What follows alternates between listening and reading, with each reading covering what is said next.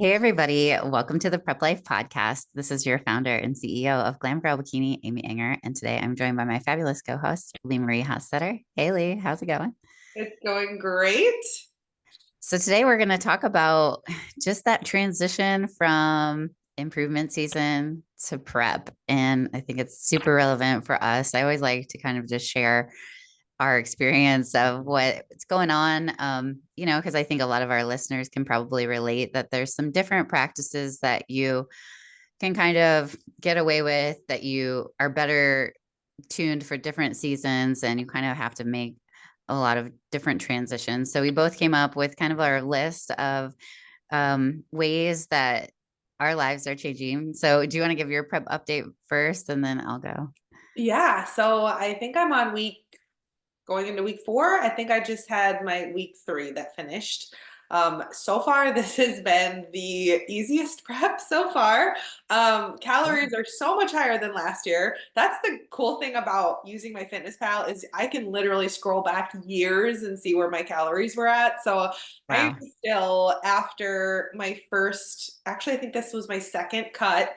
I am still so much higher than last year. Cardio is so low. Everything is so easy. And I've been so sore after leg day that I have to take 2 days. Usually I can go leg day, rest day, leg day. Not this week. I woke up in the middle of the night one night because my legs were hurting so bad. Oh my gosh. So Well, and you're wearing the best shirt right now. If you are watching on YouTube, it says leg day, baby. yeah, so I'm very excited. I have a long prep. We started early on purpose. So my prep's going great. How about you? Yeah, mine's going really well. I am feeling you on the soreness. I am 2 days post working out with my coach, Savannah Sharp. We worked out at the Genesis in Lawrence because that's where she lives. And oh my goodness, I am so sore. It's like that really great feeling, but at the same time, it's Monday and we did that Saturday. So I am definitely like, I think I PR'd on like 3 different exercises with her. It's Oh. just amazing what the power of mind Hmm. can do for you. And that's why I think it's so beneficial. Like, even if you've done this forever and like you're a trainer yourself, we're all humans and we're not going to push ourselves beyond like what's super comfortable. Like, that's going to be our default mode, is just that we want comfort because we want to survive. And that's how we're ingrained in. And so it's like, she just, she put on weight that I had never tried. And it's just a matter of trying it, and I could do it. It's Yep. just power of mind. Let's go. I love that. That's Yeah. so great. So yeah, I'm 7 weeks out. So I'm like 80 days into prep Let's was go. today's, yeah, like Go. countdown. So I'm definitely excited to see how this all comes together. This is our first real prep, like working together. So it'll be So fun. I love it. Yeah. So, all right, we're going to talk about those transitions from improvement season to the prep phase. And I kind of came up with some ideas. You came up with some ideas. So I'll start with my first one and then you can shoot over to yours if you want Yeah. to do it that way, for as long as that lasts, because I think Yeah. my list is longer. Um, okay. So the first one is just setting a concrete goal and really defining, like, really just planning out like your wedding day. I mean, it's all about that reverse engineering, right? So you have to set that goal, that ultimate like date, what you're trying to get ready for so that your timeline is appropriate. Like you mentioned, we started early because we wanted to preserve as much muscle as possible with this. And we were able to get you in a good spot, like calorically and cardio wise. And so we can kind of do this slow and steady wins the race type of thing where we're not kind of like rushing to get you ready type of thing. Yeah. So that's my number one. What about you? Okay, so just transitioning practically. In my improvement season, I've been tracking for years, like 10, 15 years. So I'm Yeah. actually pretty good at just going winging it and tracking as I go. And a lot of the times Mhm. that means like I'll stop at the grocery store or I'll stop at the gas station, grab a protein bar if I'm really busy. When I start prep, that goes down, like that goes out. I pre-track all of my meals in my Fitness Pal and I follow that. And if there's an emergency, then we can, tweak it and change it. Mhm. But there is no stopping at gas stations and buying protein bars anymore. You want to be eating as much prepped food, as much whole food. You want to be maximizing the food that you get. So I start meal prepping and I pre-track all my food. Very good. I love it. Yeah. And mine kind of segues into that with just that gradual caloric adjustment. So you're going to start, you know, with your coach's guidance, of course, but like you're going to start gradually reducing your caloric intake and just create a bigger, deficit so that you have that fat loss while maintaining the muscle, which I think I kind of mentioned when I was talking about you. Thank you. So, Okay, and so then what I do is I do cut out all the little things that you maybe wouldn't even think about, but things like gum, breath mints, Crystal Light packets, energy drinks that actually do have carbs in them. They are not 0 calorie. Just little things like that. And then I also, this prep, have already cut out whey protein for a couple of reasons. We thought it was maybe bloating me, and I have not had any bloating since I cut it out. And it's a bummer because I love my whey protein. My level 1 shakes or ice cream from First Form are like, I look forward to that. It's like a treat. So cutting it out is yeah. kind of a bummer, but it's worth it to not feel bloated and also to just have one more meal that's just whole foods. Yeah. Yeah. Cause if your calories do get lower, when things are processed like a protein powder, they're very quick to be digested. So Mhm. makes you a little bit more hungry. So my number three is structured training program. Now this, is always going to be a hypertrophy goal when it comes to, bikini training. And there's just going to be a little bit of a shift in terms of how much weight you can actually push when you're dieting. So, reps might get a little bit higher. So weights might get lower. You may have to, kind of utilize, like, have your focus not be as much as like PRing, just because you're not in that caloric surplus where you're able to have like the energy all the time in prep. So kind of refocusing like how you take your rest phases. And again, like you may not be able to like progressively overload in your amount of weight you're pushing, depending on. Although you said you were what, 6 weeks out and just PR'd a bunch of lifts. So Yeah, I did. helps me sometimes is, yes, I do have to give myself grace because the height of my improvement season versus like a month out, my lifts are not going to be the same. Yeah. But my mindset, I'm always trying to push for those PRs, Oh, totally. even Yeah. as your calories are getting lower. Yeah. And I just think it's good to like have, like, to be aware of that it might be more of a focus on conditioning and cardio versus like actual, like PRing. But yes, I did PR on a lot of my leg movements. So it's You definitely can go possible. go into your next one because that leads good into my next one. Speaking of Okay. conditioning and cardio. Yeah, just increasing the cardio, more of, cardio. It's hopefully it was lower in the improvement season or not at all. Same with like steps Mhm. and just like, kind of being more aware of like how many steps you're taking too, I think is a big shift for me. I'm really focused on how many steps I get a day when I'm in prep, just because I know that my body is going to naturally want to move less, like in my everyday activities, my non-exercise activity, my NEAT.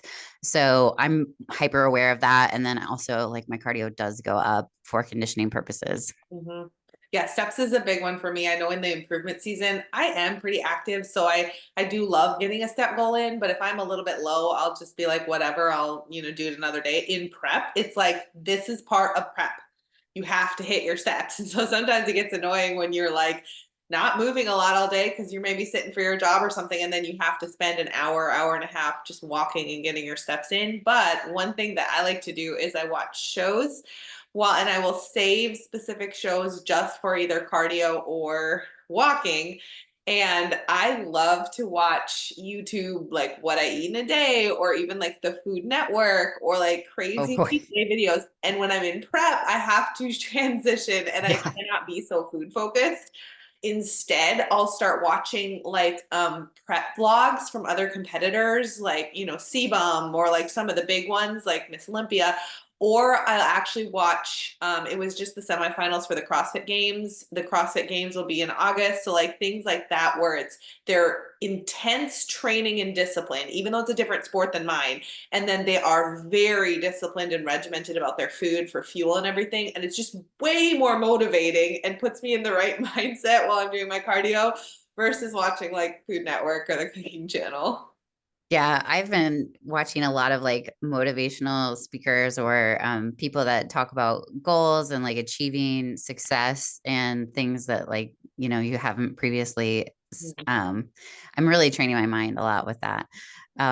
Okay, so number 6 is just managing your stress. Prep's going to be more stressful on your body. I mean, with physical stress in terms of just like the amount of cardio you're doing, and if you are dieting, that is a stressor on the body. So just being really aware of like sometimes you have to spend more time on like recovery or stress reducing activities to mitigate those, different types of things that kind of come up. So I know I've been taking a lot more Epsom salt baths, and like I'm more intentional about foam rolling and getting like periodic massages and things like, Mhm. whereas in the improvement season, I kind of don't have to spend as much time on that kind of stuff. hmm I think the one thing that I do sometimes is just I try to be really picky about the social things that I add in, the little extra things as Yeah. prep gets more and more because it is draining, and you don't Yeah. want to go into a cave and totally isolate, but you Sure. really do want to be picky about the people that you hang out with and how much energy you have to spend with that. And that kind of leads into my next one. Like I start even at the very beginning, the first few weeks of prep almost don't really feel like prep because you're Yeah. gradually getting into it. But I start saying I'm in prep, or when I'm in prep, I start talking about it. I start Uh-huh. thinking about it in my head. We are like, I want to treat being, 25 weeks out the same as being 5 weeks out, and I want that mindset where nothing like there are no non-nego like there are so many non-negotiables that I need to get in a day and Yeah. it's not like, oh, I have so much time, it's okay to not do this. It's like, no, we need to switch our whole entire mindset. Prep is the focus, and that just helps me. Yeah, I like it. Yeah, it's kind of like that switch that you flip in your head. Mhm. 7 is just if you are one of those people that kind of takes a break financially from hiring a coach, like in an improvement season, definitely you want to invest in the coach. So seeking that professional help, just making sure that you're, starting your cut phase correctly and right. So Yeah.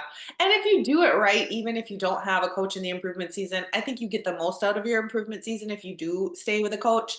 But if you do it right, you should be living the prep life year round, even though right. you'll be a little bit looser and have a little bit more room in your calories and your energy for other things. You should still be tracking. You should still be, pushing the weights and be regimented to some extent if you really Yeah. want to maximize your off season. Yeah, definitely. Do you have any more? Nope, that was it for me. Okay.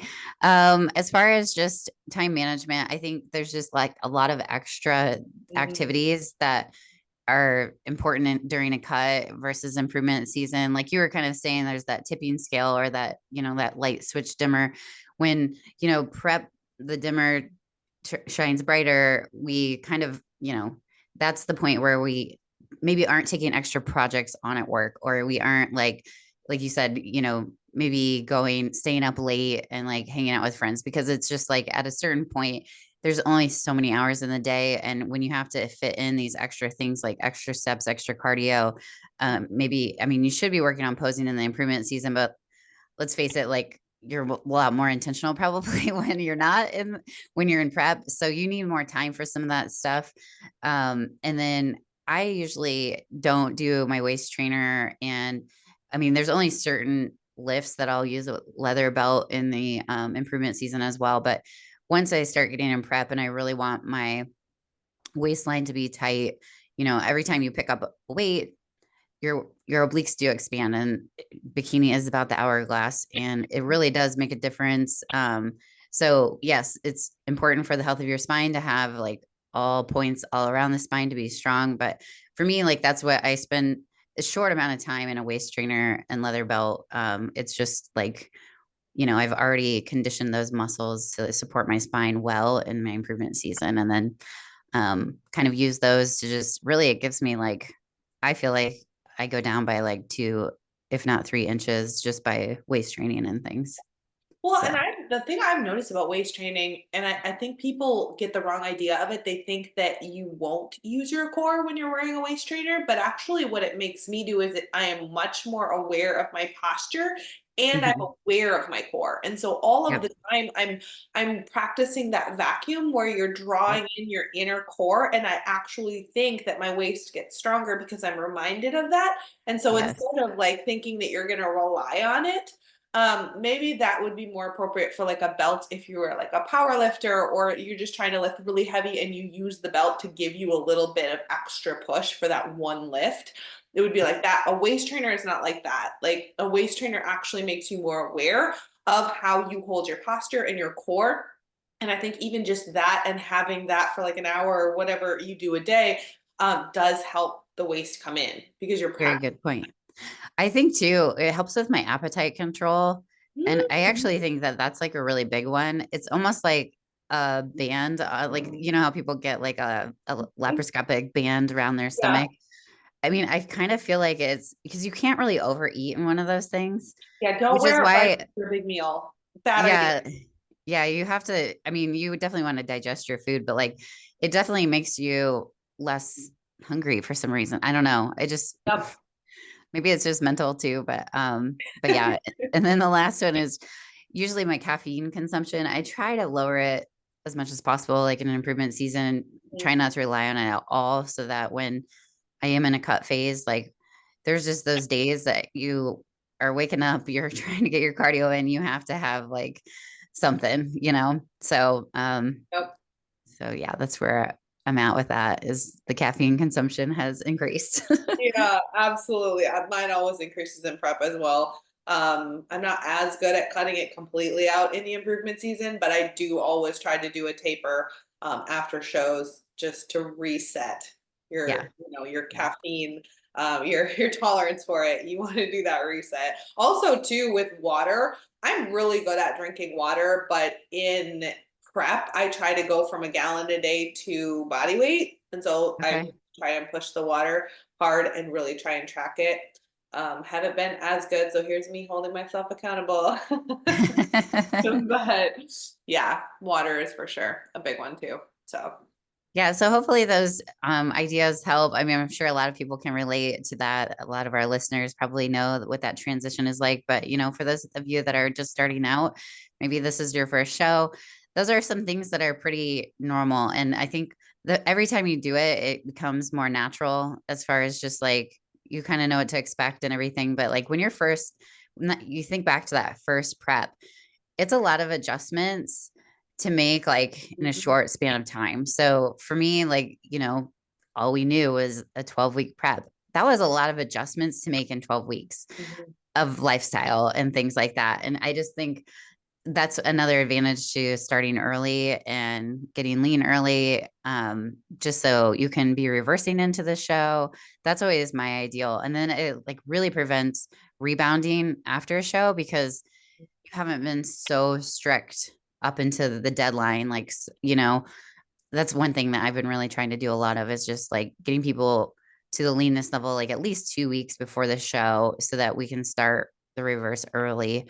And then it just feels like pretty natural at that point. In terms of, they're not like, oh my gosh, I need food so bad.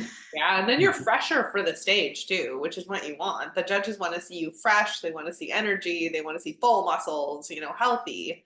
Yeah. So my suggestion is just give yourself as much time as you need. And if you are hiring a coach, make sure that they are not just telling you what you want to hear when it comes to a timeline, because I think it's a huge disservice. And I've had so many consult calls where people are just kind of like, no, thank you, because they have a timeline in their head that Mhm, they're going to be ready. But I've been doing this for years and I see everybody can get ready for the stage, but it's like, how long is it going to take to mhm, do this in a way that you're going to not hate your life? mhm. I mean, you know what I'm saying? Yeah. Like Absolutely, because it can it ruin. shouldn't be Yeah. miserable. And then, I mean, what's the point in that? Mhm. I, I Yeah. mean, that's how And people get burnt then out. you get burned out, you get a negative taste in your mouth towards bodybuilding because you just didn't do it right. Yeah. Yeah. Mhm. So I think that we'll end on that. And I think if you would like to, tag us on your story if you listened, you can find us on Instagram at Prep Life Podcast or at Glam Girl Bikini. You can apply for coaching with either one of us at glamgirlbikini.com if you just hit the get started button. So thanks for listening today.